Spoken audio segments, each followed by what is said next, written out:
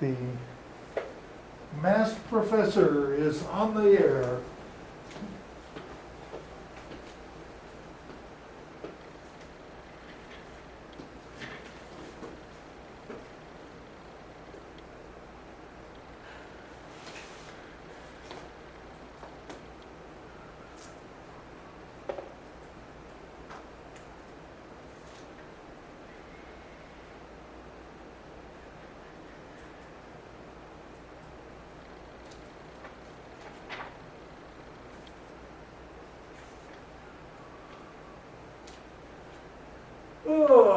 Okay. I swear I'm going to have these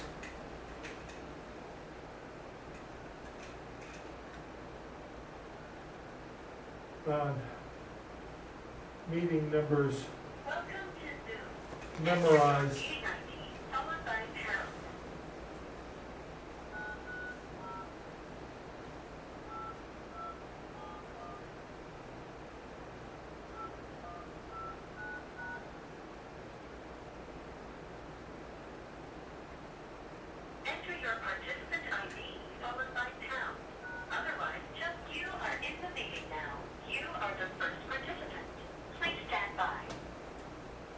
Yay for me.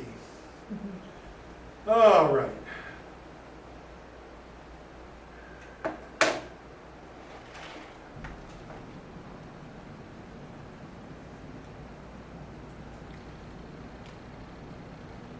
And there we go. Let's share that.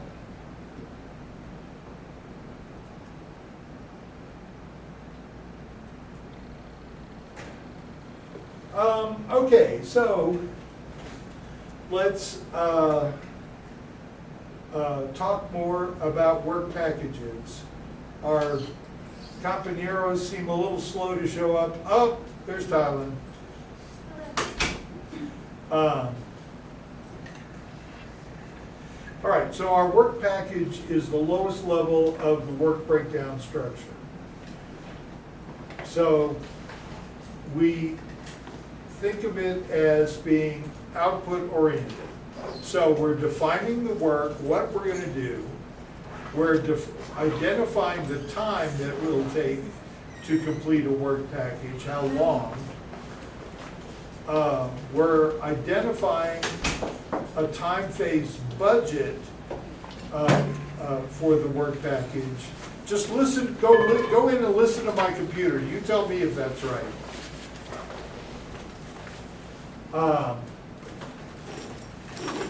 And it identifies resources that we need to complete the work package. So in other words, how much of what do we have to have? We identify a person responsible for the units of work.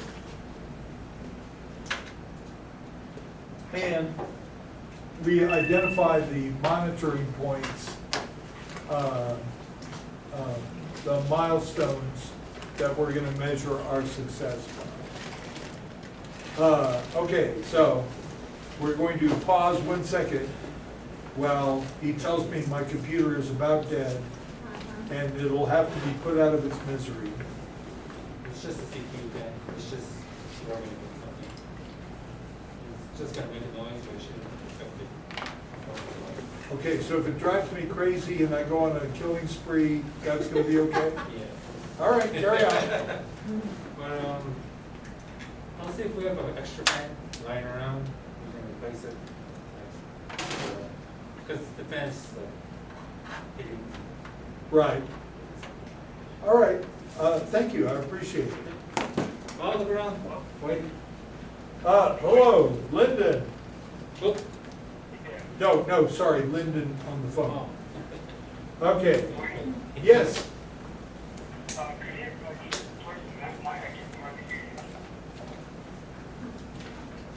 Okay, well, I'll try and put the phone closer to my mouth here so I can be understood more easily.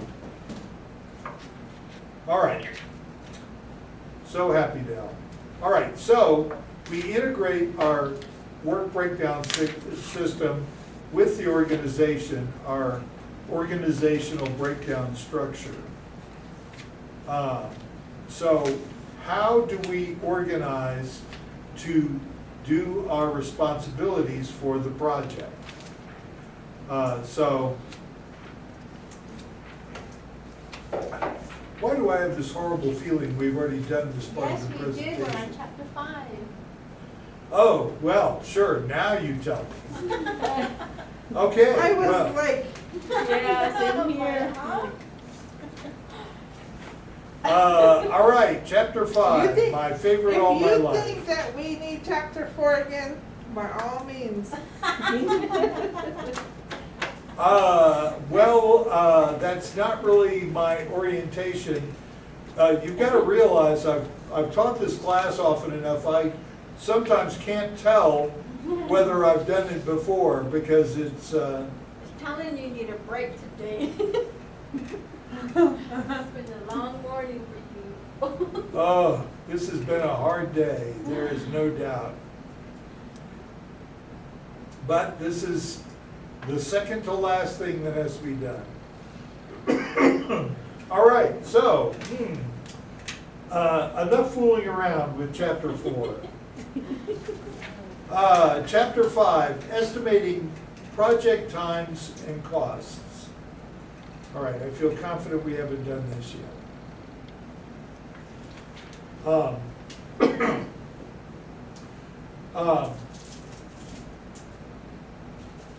So, it shows in its little schema where we are. All right, so estimating is our process of forecasting and approximating time and cost for completing our project deliverables. Although I remember the wise words of my professor in inventory control class. When we forecast, we will be wrong. Why? Why? Yeah. Well, if we had perfect foresight, we wouldn't have to go through a lot of the things that we're going to talk about in this chapter about how do we estimate.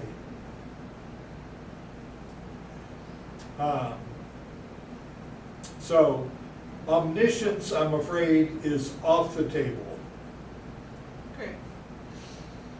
So we have to balance the expectations of our stakeholders and our need to keep the control of the project while we're implementing it. All right, so essentially we have two kinds of estimates. We have a top-down estimate, which we call a macro estimate. And there we're using analogies to other projects, the group consensus, or maybe some mathematical relationships. Bottom-up or micro estimates, we estimate every element of the work breakdown structure, and then when we put that all together, that should give us an estimate. Now, we don't actually use either one by itself, we actually use both.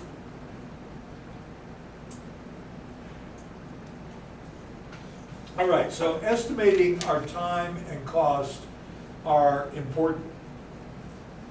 First of all, good estimates will support good decisions.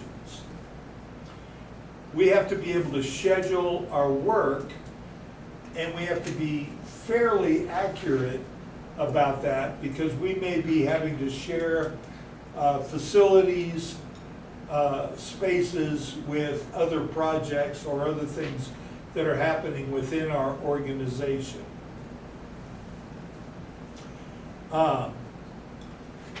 We always need to know how long our project should take and what is the cost of it going to be. So, part of it may be just to determine if the project is worth doing.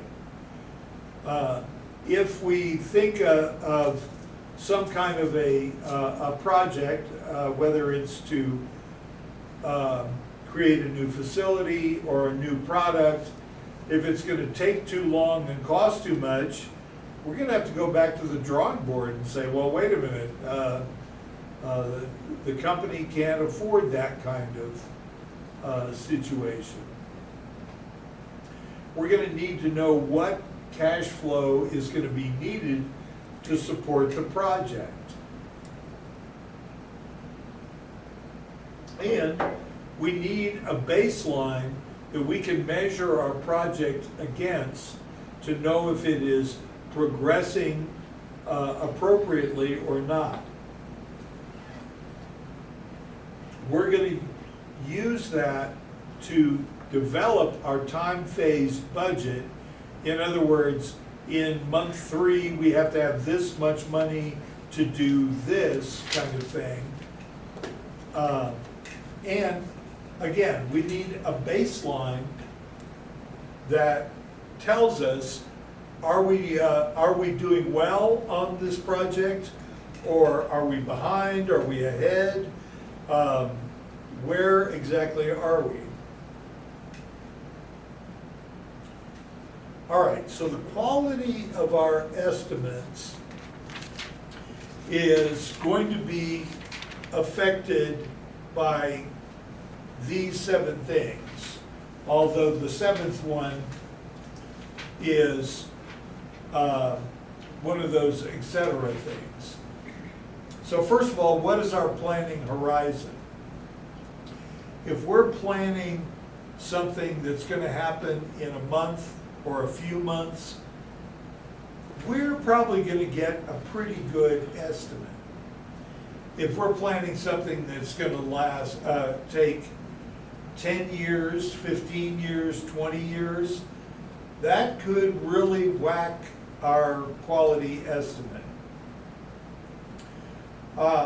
So how long the project is going to last and the planning horizon come into this heavily, right? If our company is not used to planning more than 2 years down the road, and we're looking at a project that would last 10 years, we may not have the expertise we need to get a really good estimate.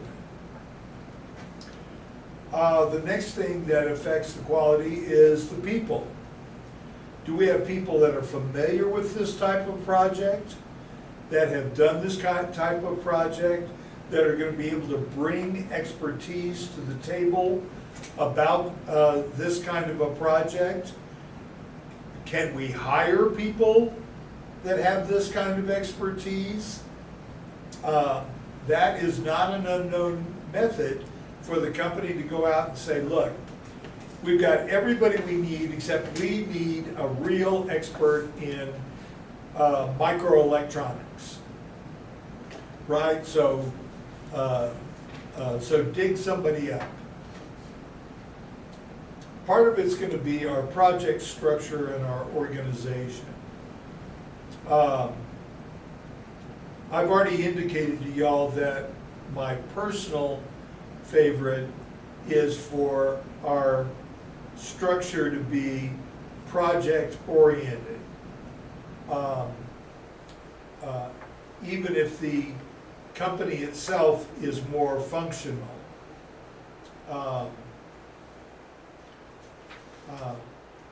It is so much easier when we work with dedicated project teams. But again, that's not always possible. Yes, ma'am. So, within a company, you have your position, and then you might get asked to be put on you might not be asked, but be assigned on a project team. Right. So you have to juggle the piece that you're responsible for the project area, as well as your regular routine duties. Yes, that happens very often within the kind of functional organization, functionally organized organization. For example, Rebecca works over in HR here at NTU. There may be a project happening where they need somebody with HR expertise to come in, so they may assign her part-time over there. So she still has to take care of her regular duties, but then she also has to go over and help these guys with the HR part of the project that they're doing. Right, and this is not unusual, even when we have places with dedicated project offices. They might need just a little bit of expertise from a certain area, so somebody will be assigned on kind of a part-time basis.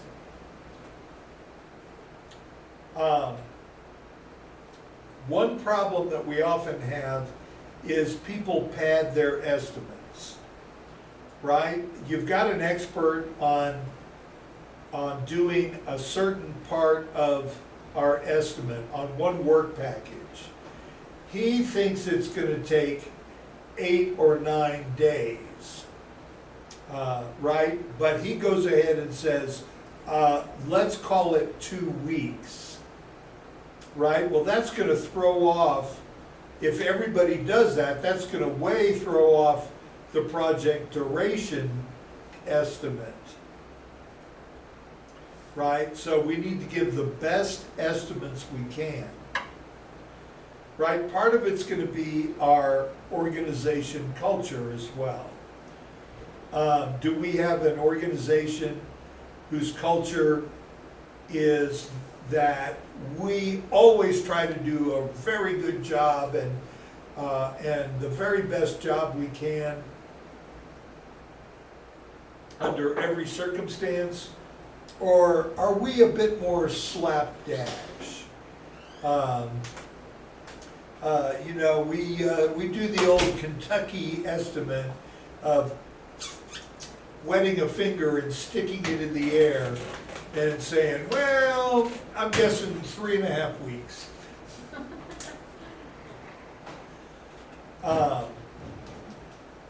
Obviously, our organization culture affects everything that happens at our organization. And there are going to be other factors that affect the project.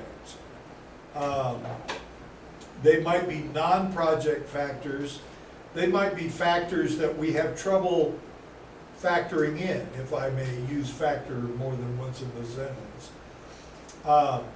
For example, if we're going to use a new technology approach and nobody is very familiar with it yet, that may really affect the quality of our estimate, right? But it could also be things like all of a sudden there's a pandemic in the world and our people can't work except being 15 feet apart. What do? You know, we try and accommodate, as you've noticed here on campus, to the situation that we have, but things change, right? When the pandemic first hit America, Dr. Fauci is out there saying, don't wear masks, that's a bad idea. And later on, well, everybody here has a mask. I mean, admittedly, mine's sitting on the table because I'm behind the shield, but we all have masks now for when we're out in public. Do you think we'll ever get away from wearing masks? I think we will. That's kind of a cultural issue. In Japan, if somebody is feeling a bit sick, they'll wear a mask. right? It's a cultural thing, right? Respect for the larger society. So Japan has had very little spread compared to a lot of countries of COVID. And they were pretty draconian. You may have seen the news where they had a ship full of COVID people pull into port, and they said, no, you're not getting off the ship.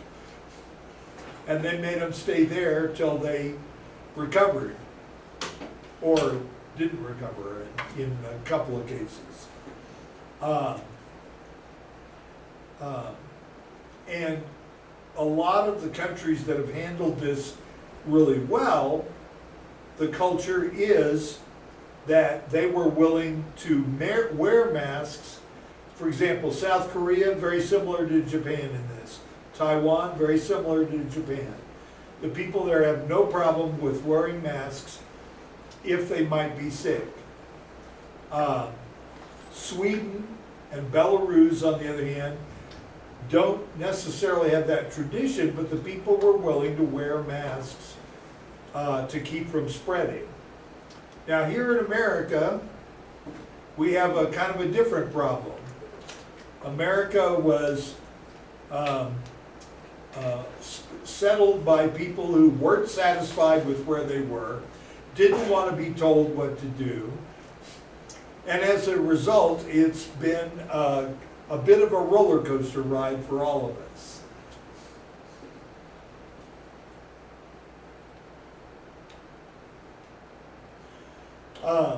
All right, so we talked about the top-down versus bottom-up approach. So one of the best ways to start is to just develop the estimates for each work package. So we use people that are familiar with the task, right? You don't get the junior office boy and tell him, get in there and give us some time and cost estimates. No, you get the guys that know what they're doing, they've done it before. You get them to do the estimates. We may go back and clean those up a bit because they forgot something or whatever. But we're also going to use several people to make estimates. Kind of a wisdom of crowds thing. The wisdom of crowds is a statistical idea that, let's say for example, you got a big jar full of marbles, and you ask people, you're at the farmer's market or something, you ask people, how many marbles do you think is in here? Right? And you'll have one guy that's kind of a smart ass and he'll say 10, and then you'll have somebody that says 1,000,000, and you'll have somebody that says 1,000, and you know, and so on. But if you average all of those estimates, it's likely to be very near the truth if you have enough people.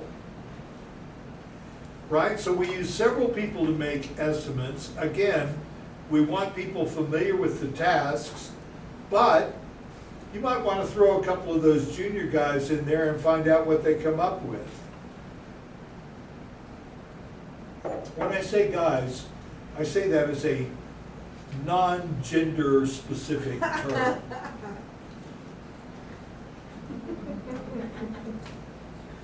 Right? Assume that we're going to have normal conditions for each work package. Right? Don't make your estimate off what happens if a meteorite smashes into the building. Use the same time units across the board. We have to be consistent in this. We don't want one guy estimating in minutes, another estimating in hours, and somebody else estimating in months. You know, all that does is adds a little extra complexity where a mistake can be made in converting units. Assume the tasks are independent, even though we're going to have situations where one task has to wait on another one to be finished, right? You can't put the roof on before you have the supports that are gonna hold the roof up, right? But assume doing the roof is just totally independent of everything else. Don't allow for contingencies. We're going to, later on, we're going to talk about contingency planning. In other words, what do we do when things go wrong? But, again, we're assuming normal conditions, so we assume we don't have to allow for contingencies at this point. And include a risk assessment for each work package. Right? If it's something like writing the owner's manual, our risk assessment might be, what are the chances we'll get a paper cut? Whereas if we're talking about moving heavy machinery and having to deal with dangerous equipment, our risk assessment is going to be much different.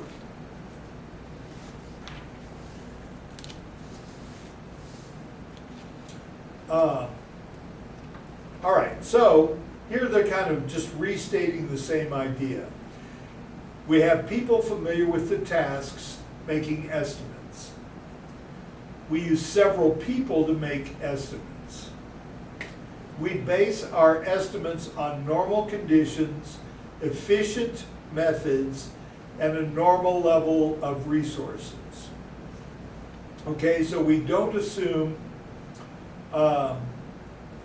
again, that the buildings have destroyed, that we're using idiots to put together this particular work package, and that they have everything that is needed. Again, we use consistent time units to estimate our task times.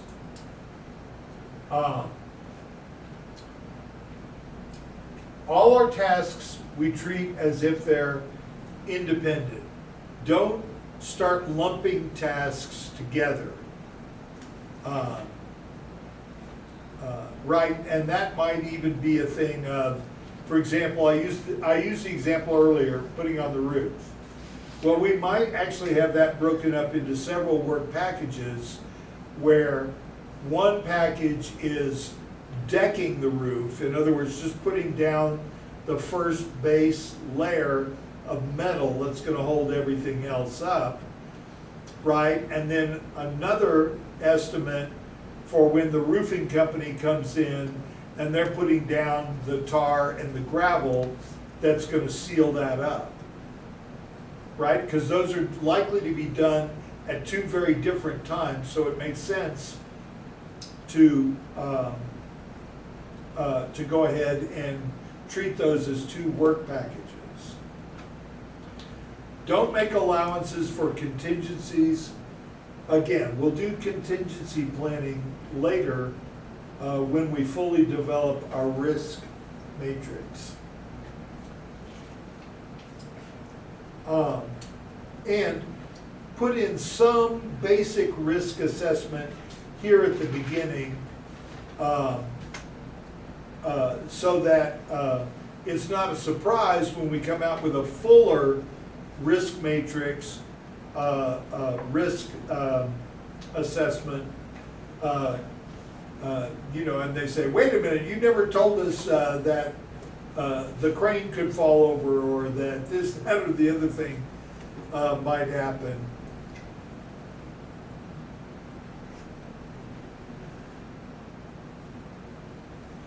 All right, so our top-down estimates, usually that's from somebody who has experience and information, and they're going to determine our project duration and total cost, right? So when we were working on work packages, right, we had a bunch of people saying, all right, it's going to take 8 days for this, and it's going to take 10 days for this, and 3 days for this, right? But when we do the top-down estimate, we're gonna have somebody come in, they've done a similar type of project, and they're gonna say, you know what, it's gonna take 90 days for this overall. And it should cost about $1.3 million. Boy, it's gonna be a fast project to get done, right? But that $1.3 million might reflect that we're doing it super fast and we're gonna have extra expenses as a result, right? Anytime we wanna cut time, there may be a big increase in cost, right? I showed you that diagram earlier.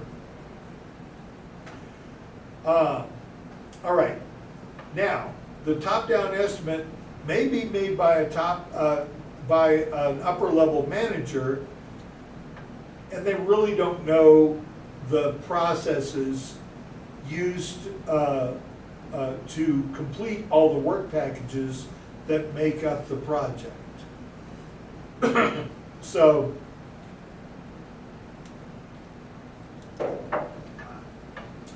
and that's not unusual. Even if that upper manager started at the ground floor, things may have changed so much that their knowledge of what it's like on the ground floor is way out of date. I used to run into this a lot at when I was managing at the Corpus Christi Army Depot. The upper managers would go, well, I turned a wrench on a helicopter, I know how to do this. And, you know, I'm pointing out to these guys, look, you're talking about helicopters now that weigh 3 times as much. They are super complex, where the ones that you worked on in the 60s were, frankly, kind of simple and are obsolete now. You know, it's not the same thing.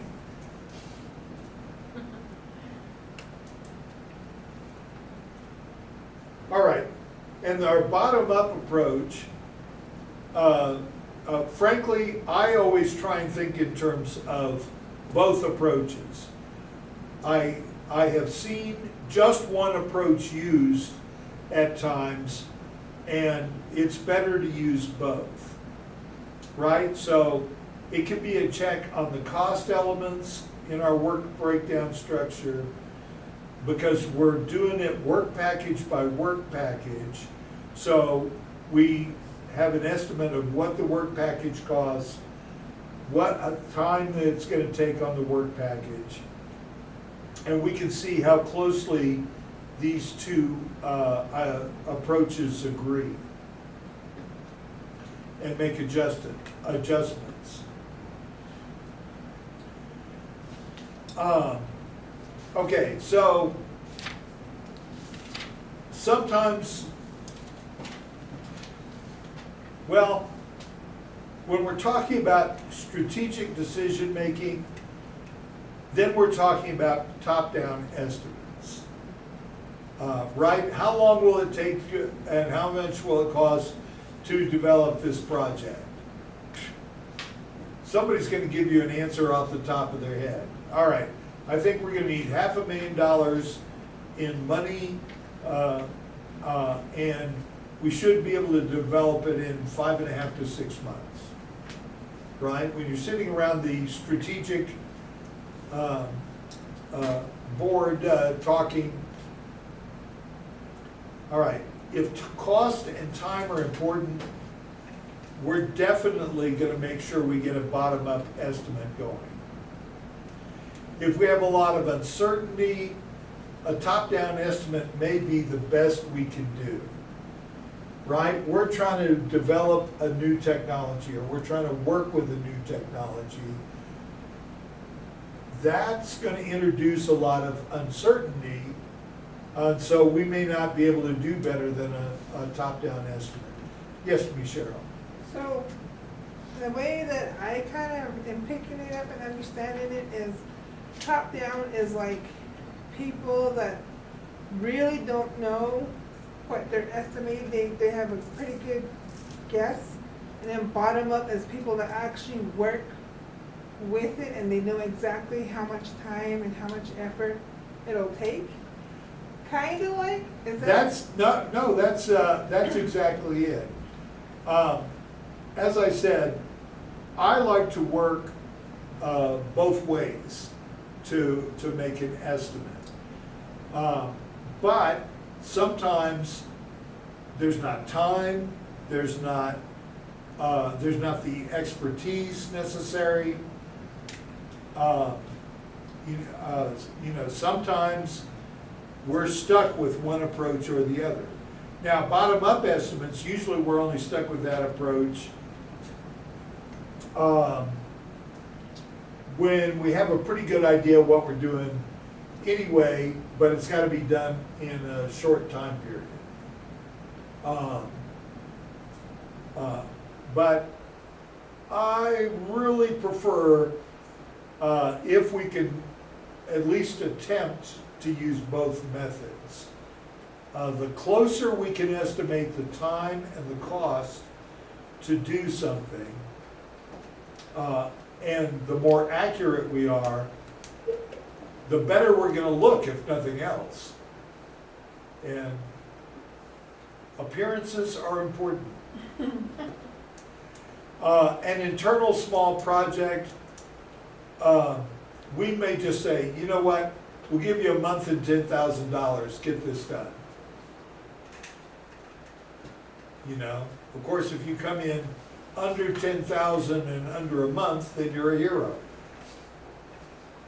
Especially if the project works out really well. A fixed price contract, we're definitely doing bottom-up estimates. A fixed price contract, well, I'm sure y'all have been introduced to that, but the idea is the customer comes to us and they say, look, we'll pay you $100,000 if you can have such and such done in 2 months.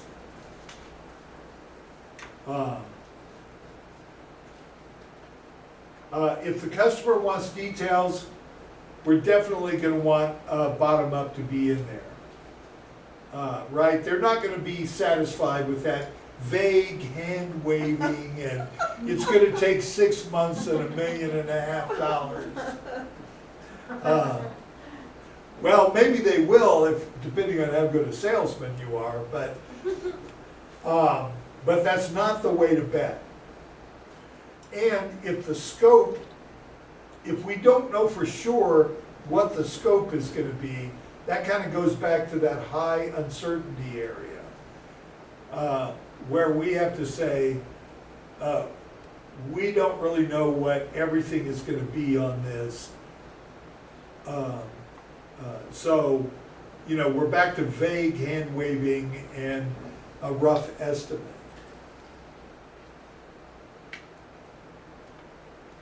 All right. So here's how how the authors outline that they think the best approach is. We want to start with a rough top-down estimate.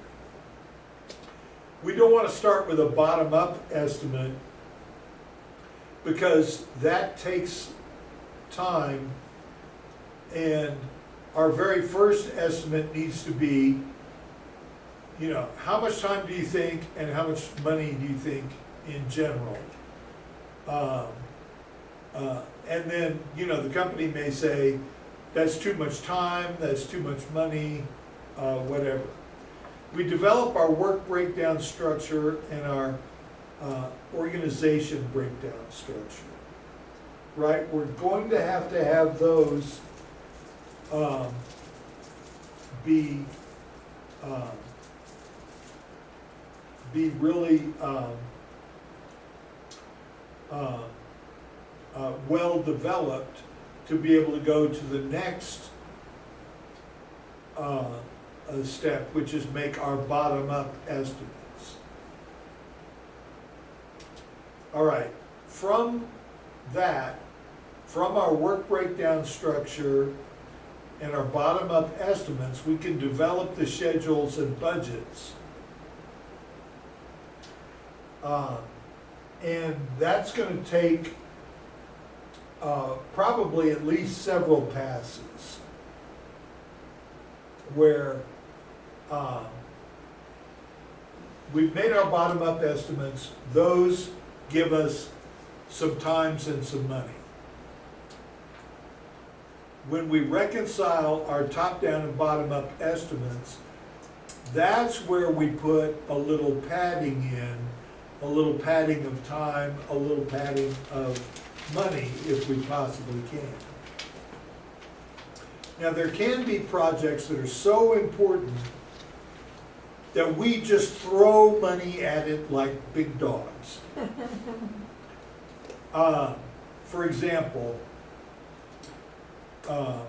during World War II, developing the atomic bomb, scientists came up with 5 ways they could separate uranium-235, radioactive but boring, from uranium-238, which is the kind you can make blow up. So they figured out 5 ways.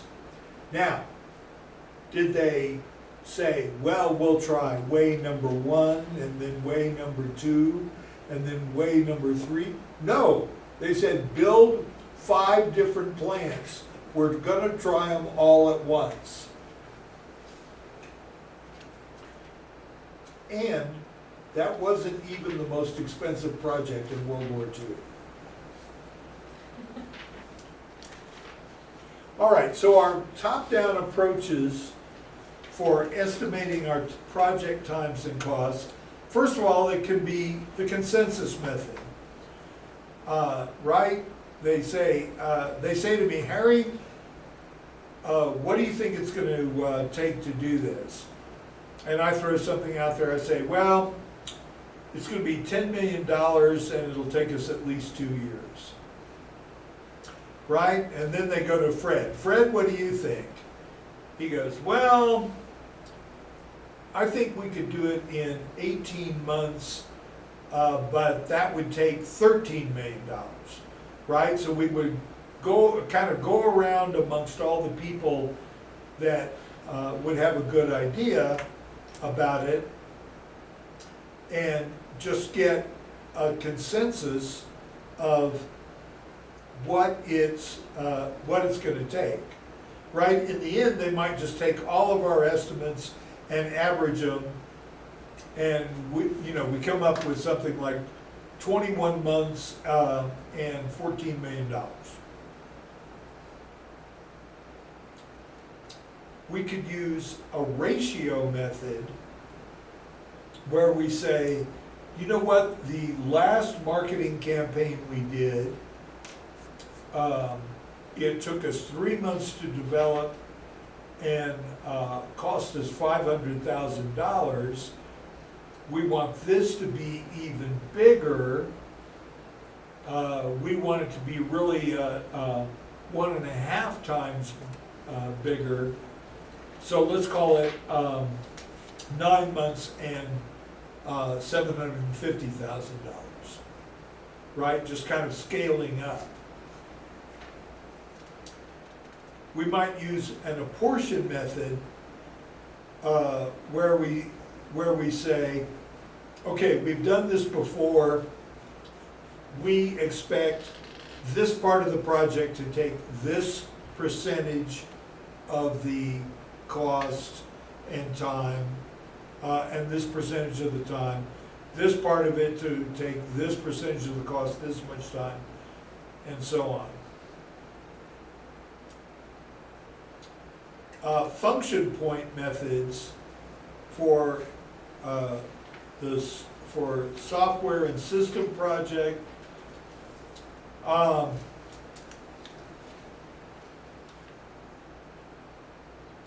would say, let's not worry too much about that at this moment. Unless y'all are big coders. And then there's the idea of the learning curve. When you do something the first time, it takes X amount of time, right? But when you do it the second time, it may take 50% of X amount of time. And when you do it the third time, it only takes 40% of X amount of time. All right, so here is the apportion method. They're breaking down a project. It's already been given a budget of $500,000, and they're saying, this is how our money has typically been spent on projects of this type. Right? The design costs 20%, the programming costs 30%, testing costs 40%, documenting costs 5%, and producing the CDs, although hardly anyone sells CDs for software anymore. Now you just download it from the internet. Costs 5%. Right? And then they've broken it down to their work packages, and then they're just splitting it up like they think that's going to cost. Right? So design, both of them get 10%. Right? But in programming, part of the programming takes 2/3 of the money, and then the two other packages split the last third. And so on across the board. Right? Documenting, you'll notice, doesn't give much money. Well, you don't, typically, those people are going to be lower paid. We're not going to need as many. Our manuals are likely to be terribly screwy anyway, why worry? Or the manual doesn't have to be printed per se. They can be downloaded Well, digitally. that is our trend now. It used to be you'd get a CD and a big old book on how to use the software, right? Yes. Or my first phone, is a little baby phone and a big fat old book on how to use it. But you're right, now they pretty much say, you know what, go on the internet, we got all the information there. YouTube it. Of course, the problem with that approach is, if you can't hook up to the internet with your product to be able to get on, you got a problem.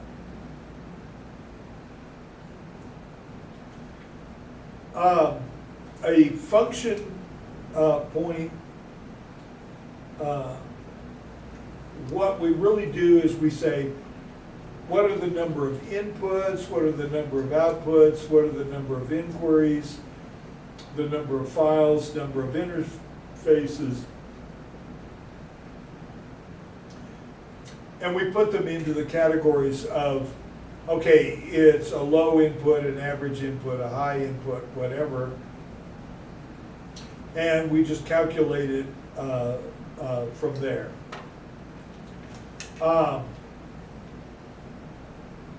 I've never actually seen anyone use this approach in project management. Although I'm sure there are plenty of people that thinks this is just the bee's knees, the cat's elbows, the body parts of various animals.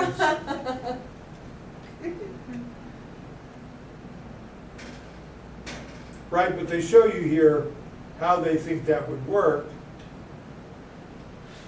Right, they say there's 15 inputs, 5 outputs, 10 inquiries, 30 files, and 20 interfaces. You notice every one goes into a certain category. Right, the inputs they're rating as low, outputs average, inquiries average, files high, interfaces is average. Right, so it's not that, all right, we've got 15 inputs, 5 of them are low, 7 are average, and 3 are high, or anything like that.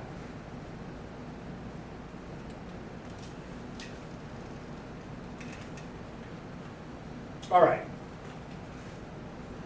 So when we use our bottom-up approaches, we have a variety of different ideas that we might use. Right? One would be the template method. Essentially, we would, well, like when I would estimate the cost of building a set, right? I would look at the design. I would say, all right, we have to have this many 1x4s, this many 2x4s, this many sheets of Luan, this many doors, whatever. Add all those up, and I've got the cost. Parametric procedures, kind of a mathematical model similar to the function point approach. We might just use range estimates to begin with. Right, we've done this before. This is going to cost between $10,000 and $14,000. And phase estimating is a hybrid of several of these. Right, so here we've got a range estimating, and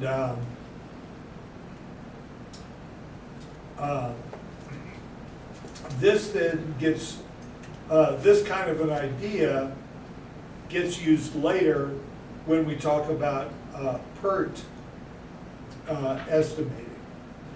So for approval, they're saying the low amount is like 1 day. The average amount, also 1 day, but our high estimate is 3 days. So our range is 2 days. Right, and it goes on down the line. Design the packaging, low estimate 4 days, average is 7, high estimate is 12 days. Right, so they develop low, average, high times for everything, and then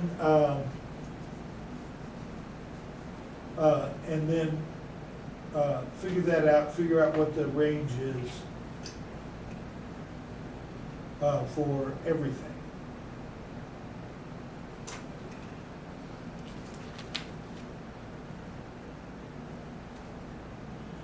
All right, so when we do phase estimating,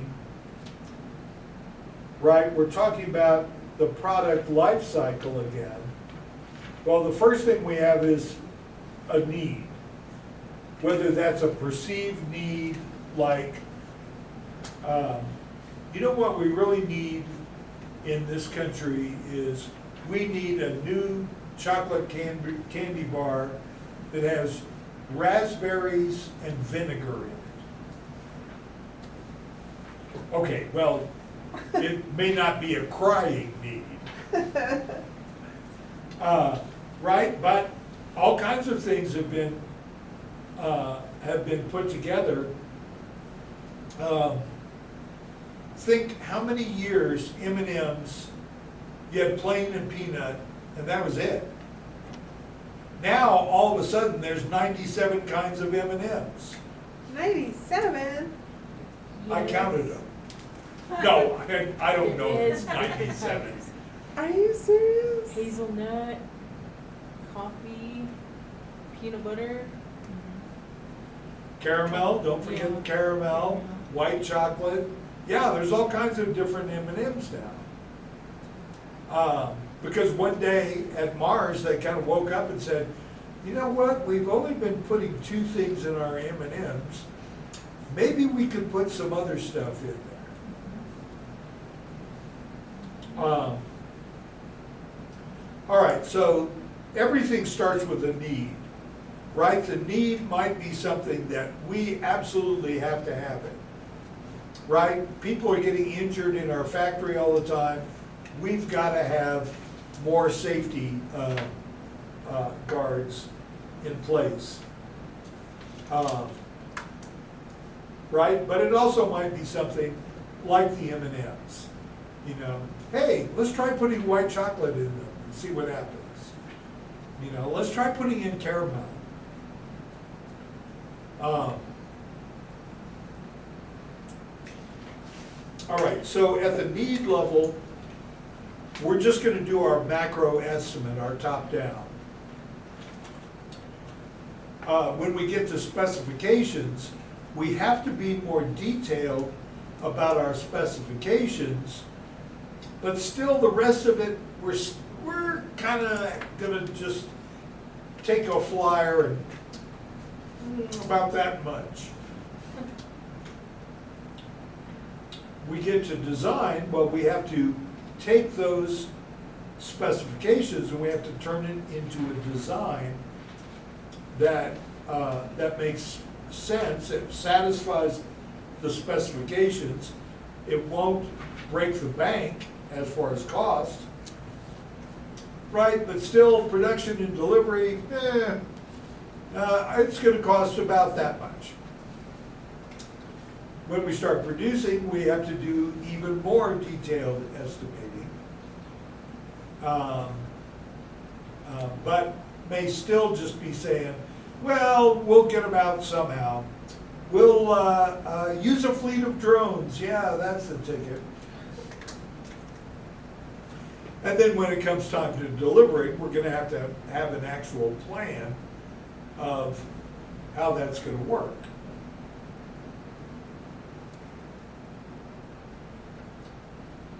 All right, so our top-down and bottom-up estimates are, just checking that I'm not running over time. Although usually my students start going.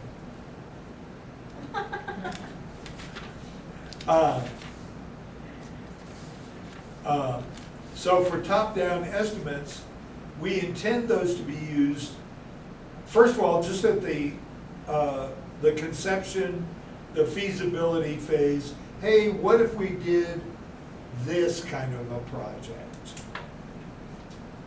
Right, so we're just going to do kind of a rough time and cost estimates.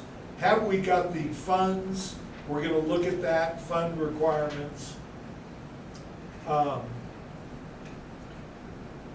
going to look at our resource capacity planning.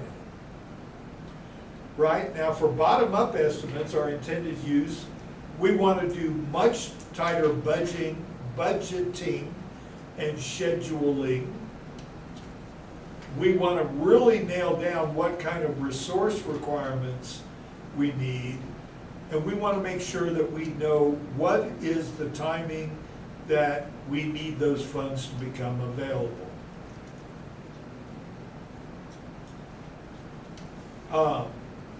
So for top-down estimates, our preparation cost may be from 1/10 to 0.3% of the total project cost.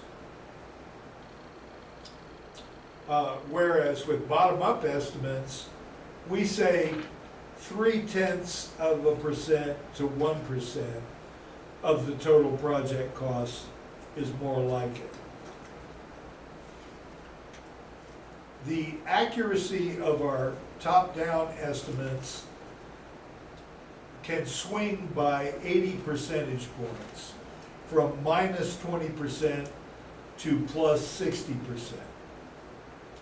Whereas the accuracy of our bottom-up estimates, we expect to be much tighter, from -10% to +30%, or about 40% swing.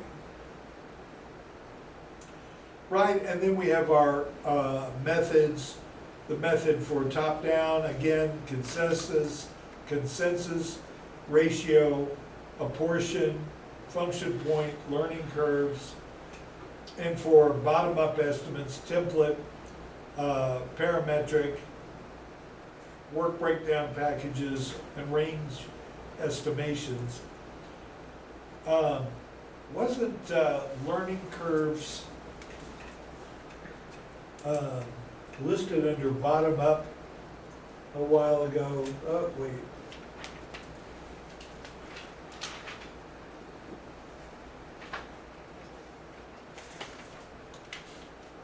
No, I guess it wasn't. I lost my mind. So fine, It's so almost 5. Time to lose our minds. Well, it's been a long and exciting day for me. I don't know about y'all. I got on Zoom, this is like the 5th time today. If for no other reason, I can hardly wait for this COVID crisis to be over. All right, so the level of detail we think of in our estimates, we're going to make that different at different levels of management. Right? We don't approach the CEO and start talking about the work package level of detail. Right? Unless he asks, or she asks. Of course, there are many women CEOs.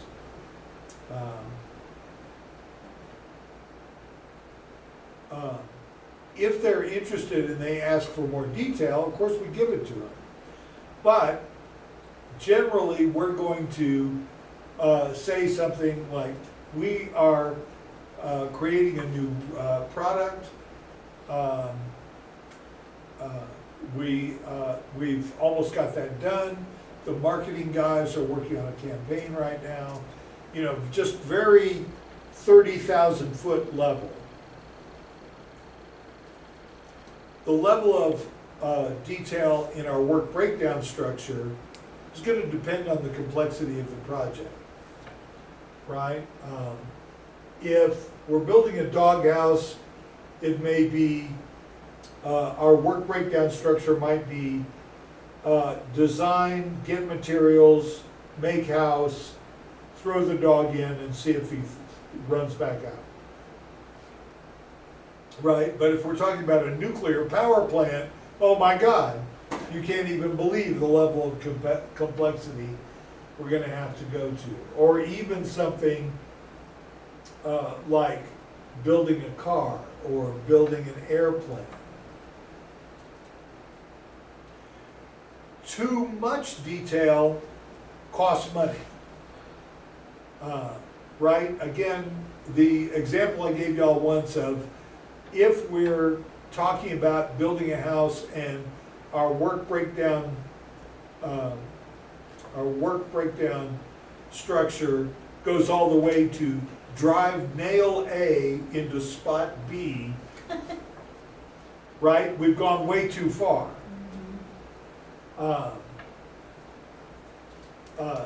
So we don't want to be too detailed. Because, first of all, some departments, we're likely to get a varying level of detail anyway. Right? Some departments may say, like the design department, they may have broken this down to a fare thee well, and and the production department's work breakdown package is, then we make it. Right? Not helpful. Right? But we can make an awful lot of paperwork that has no value if we go too wild on detail. On the other hand, insufficient detail means that we're not looking at our goals and objectives closely enough. And we're likely to end up wasting time because we're doing things that don't matter. Right? If we, some projects by their nature, I've kind of been thrown into, and how I end up having to start is I'm collecting every piece of information in the vicinity. Now, if I have to do that, and if I just kept doing that through the whole project, that would fall into the both insufficient detail and excessive detail, right? But pretty quickly, you start recognizing what is important to the project and what's not going to be important, so that you can concentrate on what is essential and what isn't.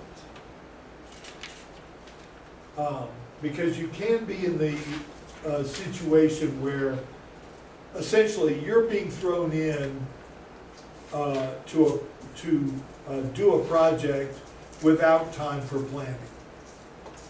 Are you sticking your tongue out at me, Cheryl? Oh, okay. No. What a mistake thinking that on my part. Try to get some air. I feel like sometimes wearing a mask just makes you feel like you can't breathe. Yes, because you get a slightly higher level of carbon dioxide, and carbon dioxide is what tells you you need to breathe. Yeah, I'm feeling it. All right. So, types of costs, I'm sure that y'all have encountered this in your business classes before. First of all, we have direct costs. All right, those are costs that clearly go with a work package.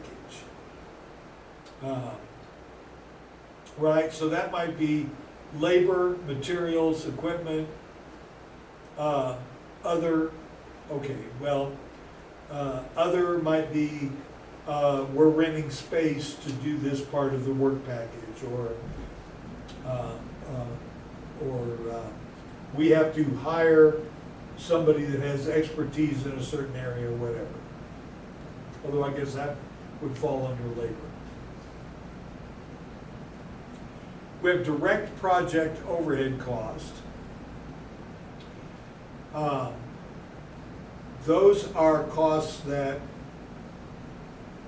are only attributable to a certain project, whether it's our project or somebody else's project. So that could be salary, rents, supplies, specialized machinery. General and administrative overhead costs are costs that the company has, the organization can't really say this cost goes to this, right? The organization has insurance. Unless that insurance is for a specific activity, you can't really tie it to any one project. It goes into the general and administrative.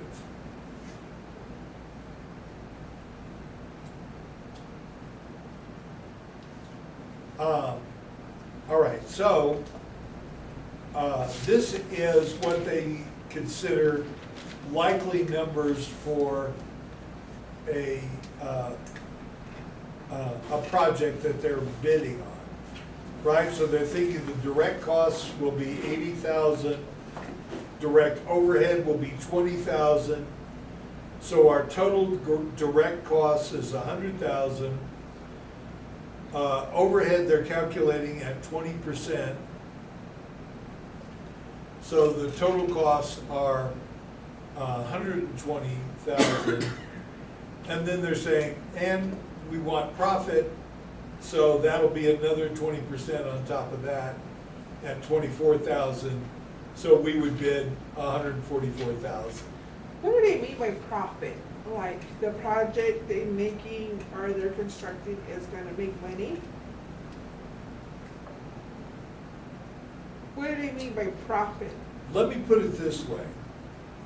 So I was talking to this person that makes jewelry, right, here in the area.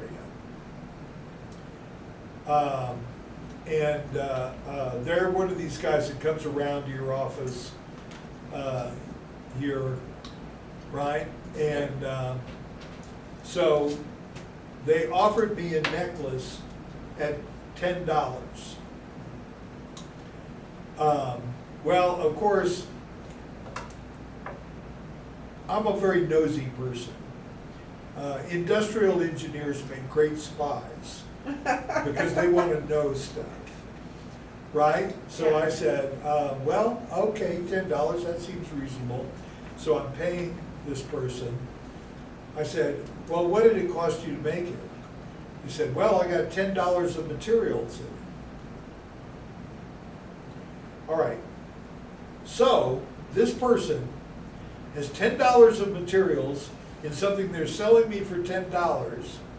They didn't even calculate money in for their time, and there's no profit in there for them at all. Essentially, they're running a cash flow business. A cash flow business is one where you can only stay in business as long as cash keeps coming in, because you are not putting profit in. What would have been more reasonable would be if they had said, well, I've got $10 of materials, I've got $5 or $10 worth of labor, and I want to make $5 profit, so I'll charge you $25.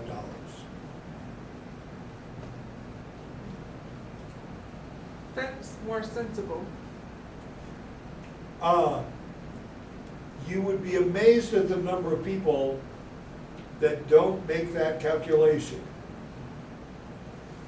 In fact, I am ashamed to say that at one point in my life, I was running this kind of a cash flow business. As long as I could keep getting little jobs, I was okay. But when the economy dried up, not so much. So when did you finally realize that you're worth way more than you were being paid for?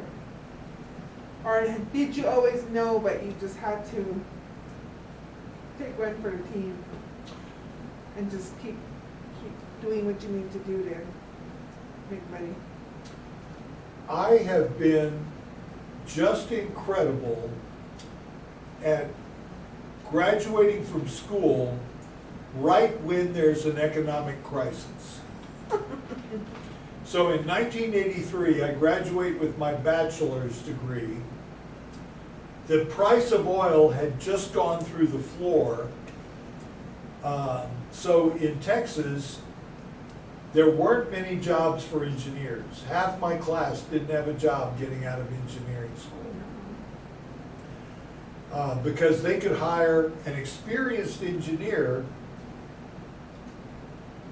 for what they would have to pay one of us baby engineers that was just starting. So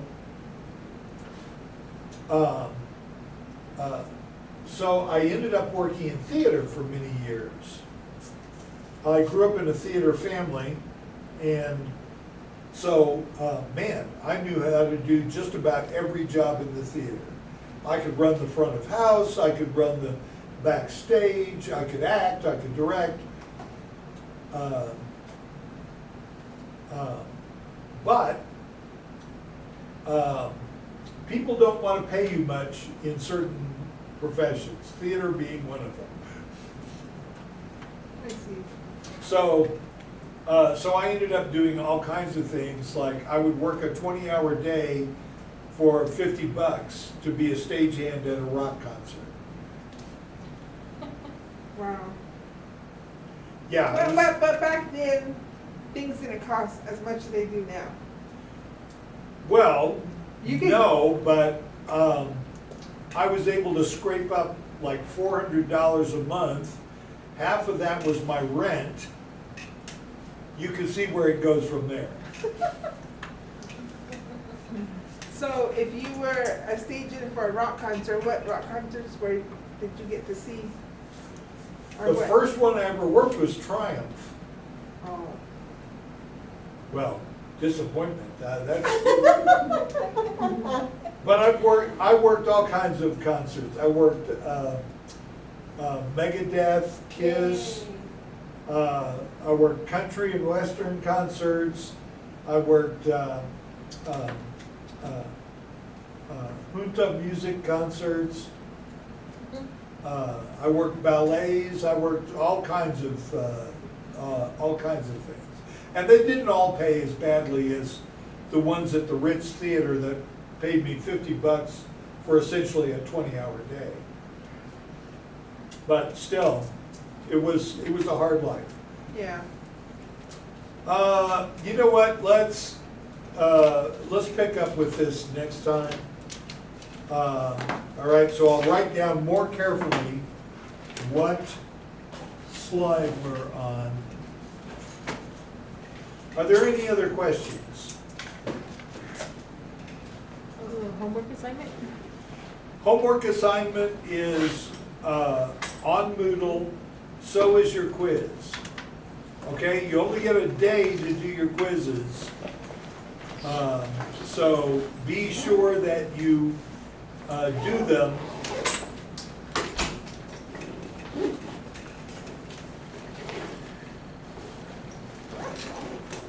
In a timely manner. Okay. All right, thank you very much, troopers. Thank you. When the fields are white with daisies, we'll meet again. Call it next Thursday at 3:30. Okay, Lyndon, have fun. I'm signing off now.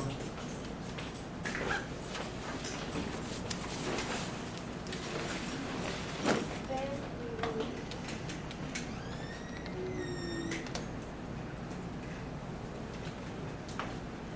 Oh.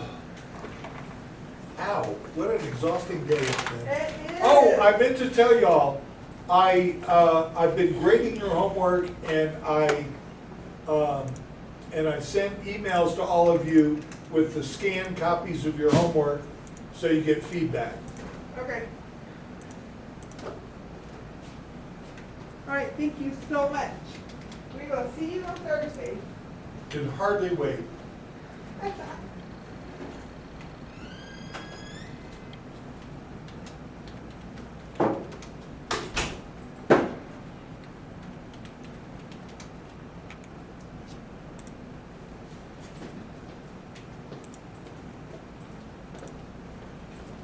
If you need to, you can come in here while class is going. Okay.